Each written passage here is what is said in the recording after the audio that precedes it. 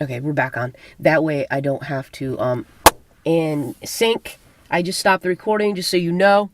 So we're at Toys R Us and we're in a little toy aisle, and I was looking at this case, and it was a special case. It had Ken and it had Barbie in it. Sometimes when I say Ken and Barbie, I kind of feel weird about saying Ken and Barbie because Ken is a Barbie, right? Or is he a Ken? I don't know. Ken and Barbie, and they had the wedding gown and the groom's gown suit on, and they were just the married couple there. And I really wanted it. I wanted it so bad. I wanted it so bad. I wanted it so bad. But they were really expensive, and they were rubber. And usually during those times, we were buying like plastic Barbie dolls, and yeah, those plastic Barbie dolls were upsetting because they broke easily. And I used to like taking apart the Barbie dolls because I would play like a mystery type killing spree with Ken and Barbie, and I would hide her parts in like the oven and all over the place in the little scenes that I made with these guys. So anyway, that was something probably wrong with me as a kid. I used to sneak out into my parents' living room, and while they were watching horror movies, and I would watch them. And I think that really gave me those ideas. And then I would try to go back to sleep, and I couldn't sleep. My mom never knew I watched a horror movie, so I couldn't tell her that I couldn't go to sleep because I was watching them, because then she would get mad at me and probably lock my door or something. Then I couldn't sneak out there and watch them. So, back to being in Toys R Us. I saw this wedding set of the Barbie doll and Ken, and I wanted it. I wanted it badly. My mom says, "No, you can't get it." Typical. And in my mind, I had that. I had it. I touched it, and I said, "Okay, I can't buy it, but I have it. I can't walk home with it right now, but I will walk home with it." So I kind of refused to believe that I could not buy that.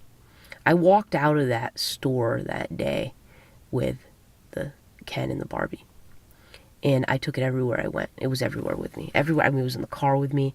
I would turn over and I'd be like, "Oh, let me just pick them up. Let me play with them. Let me hang out with them." They were there anytime I wanted them. Anytime I wanted them, they were there. If I wanted to marry them, I could marry them. They're here right now. See? Look. But really, so they were there. They were there with me. I mean, in that night I went home. That might have not been the time that I wanted that for Christmas. I think what it was is I saw that and I wanted it. And yeah, I want it. And then maybe sometime after that, my mom said, "Hey, what do you want for Christmas?" I never exactly told her, and again, I'm looking over at the record button on this. I never exactly told her that in the store, like, I never said, "Yes, I want," and then I started crying about it. I just said, "I want this," and she's like, "No, well, you can go get one of those plastic Barbie dolls." And then I looked at all of them, and I don't even think we walked out of the store with a Barbie doll that day, because I wanted those, and I had them in my mind, and I walked out with them in my mind. So back to that moment where my mom says, "What do you want for Christmas?" And in my mind, I say, "I'm not telling you, Mom." This is my mind. "And I'm not telling Santa." And she said, "What do you want?" I don't know, Mom. What do you want to get? Just get anything. You can give me whatever you want, And I don't remember what I asked for. I really don't. I don't even remember what was under the tree that year. So 3 months go by, let's say. It could have been longer. And every night, ever since she asked me, "What do you want for Christmas?" every day, I said in my mind, "I want these Barbies dolls for Christmas. I'm going to wake up under the tree and they're going to be there. I want the Ken and Barbie. I've got them with me." And I mean, I'd go to school. Well, I didn't even go to school then. I don't know whatever I was doing, they were just with me. I mean, if I was walking down the road and I wanted them, they were in my hand. They were there. They were always there. So I lived as if I had the Barbie dolls. They were there. I knew they were there. I knew I was going to get them. Now, while I knew I was going to get them, I was kind of taking action, I guess. I'm a kid, though. I don't know what kind of action I was taking. The action I was taking was playing with them all the time. Probably. It is being with them. Okay? And that was probably the action, because when you do use the law of attraction, you need action in there as well. You need to take action towards the goals that you want to achieve. So maybe there should be a different name for it rather than the law of attraction. I mean, the law of attraction, get to action. I don't know. Anyway, 3 months go by. Each night before I go to bed, there was a lot of cussing in my family when I was younger. whatever. So each night before I went to bed, I would curse. I would say, God, where is this? I'm going to challenge you. What are you doing? I want this. And I would just talk to him every night. And I'm not here to say, hey, listen, praying to God brings you what you want. Because that's not, don't get me wrong. I'm not saying pray to God. Pray to God. But there's a combination of things that are going on here that I'm doing to manifest something into my life.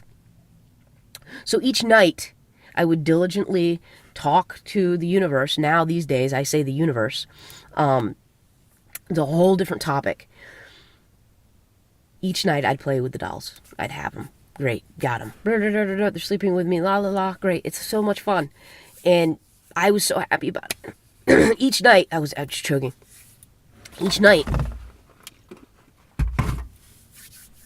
I really need to hurry up with this story. Usually I talk really fast and I get my answers out, but I'm trying to slow myself down for you guys because I can get really fast.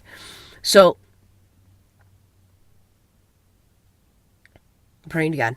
I'm telling God each night, hey, God, I want this. I'm not telling my mom. I'm not telling Santa Claus. I better wake up on Christmas morning. I better see this under the tree. This is what I want. These are what I want for Christmas.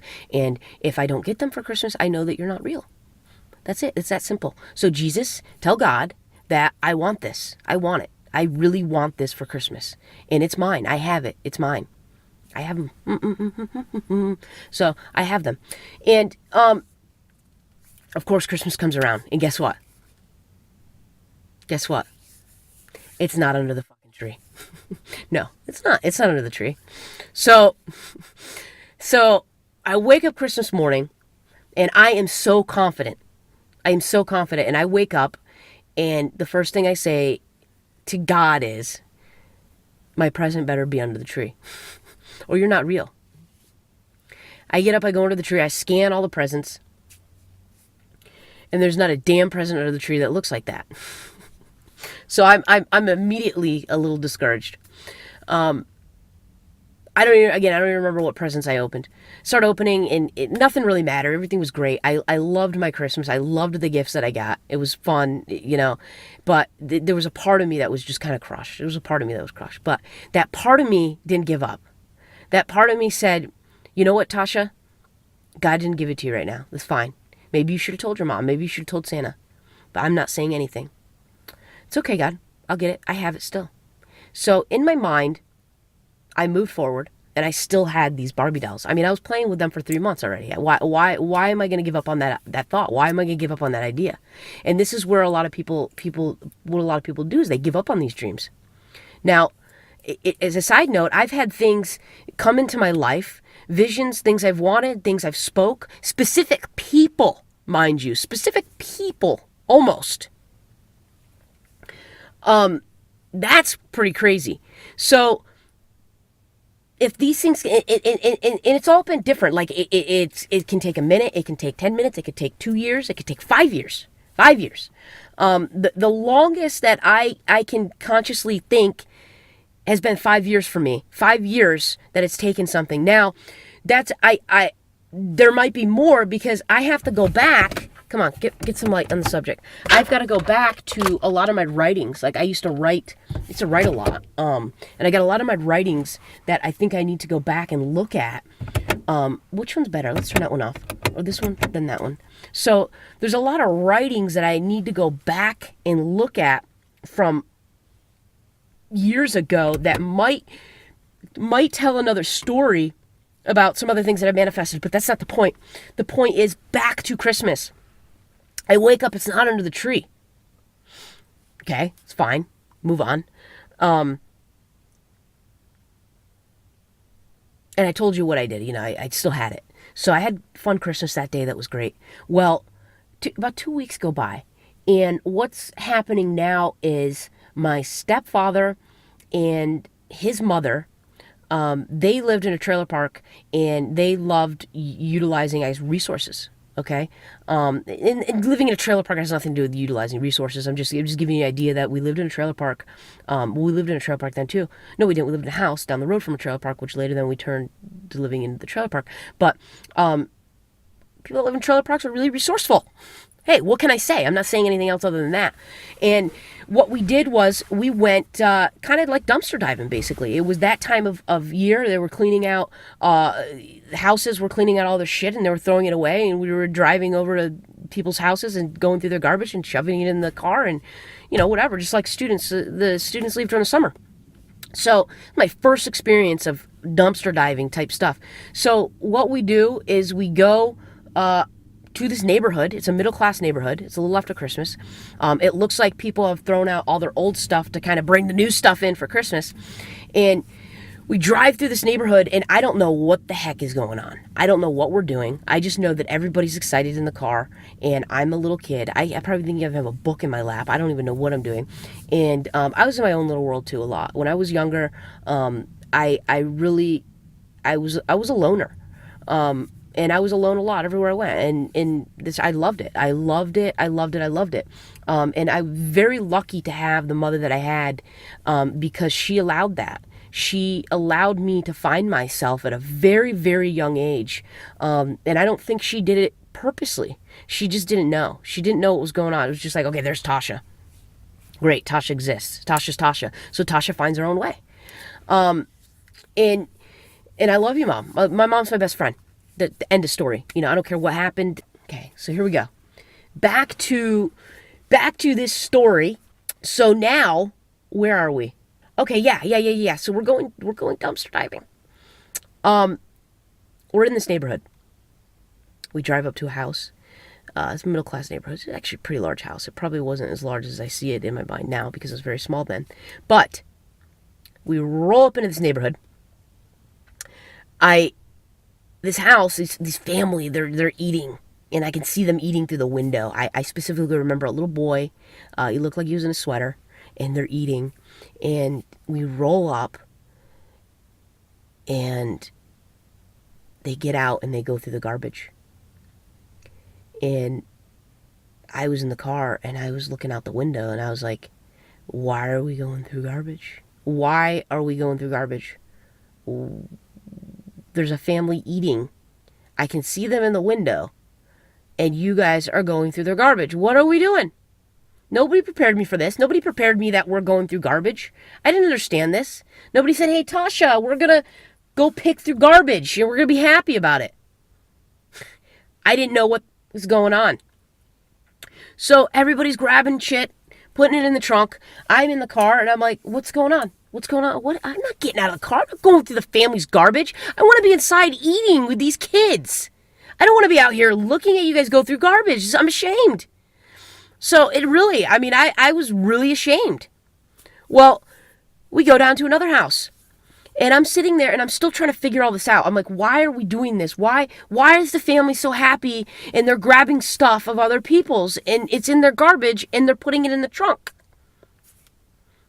Well, we pull up and my mom's just going through stuff and I see she kind of moves something and I see it and it's a Barbie doll case. And I'm like, huh? And it's a Barbie doll case? Huh? Okay, maybe there's something over there. Maybe I should go out there. What am I missing? So I think about it for a second and then I just think that it's a Barbie doll case. Great, I'm gonna go see it. So I get out of the car really quickly. I run up and I'm like, my mom goes, hey, look, it's a Barbie doll case. And I remember it was like a Malibu Barbie. It was a beach Barbie scenery on there. It's a beach Malibu Barbie, yeah. And I open it up. And I just had a thought when I said that kind of connected to something, and I don't even want to say that thought, but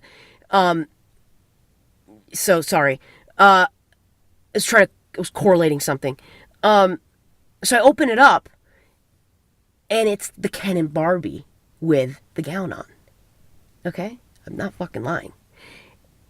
At that moment, my mom, who was to the right of me, and my stepfather and my grandmother who's in front of me here. This was at night too. This is at night. I'd say it was just after dark. Maybe 30, 40 minutes after dark.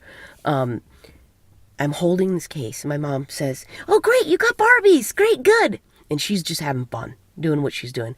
And I stood there. And I did not know what to think. I looked at it and like almost a tear came out of my eye. I had no clue. I had no fucking clue what to think. I looked up. I said, thank you, thank you, thank you, thank you, thank you, thank you, thank you. And in that moment,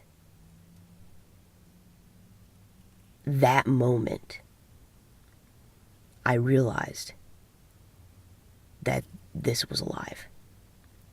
Now, I didn't say to myself, well, God is real. God is real. I think we are God. I am God. You are God. If we're all made in God's image, and God is the universe, and we are the universe, and we're all pieces of it, we are God. We're all a part of God. We could be miniature gods, but we're God. I think we're God. And I don't think there's anything wrong with saying that we're God. We are our own God. We are our own creators.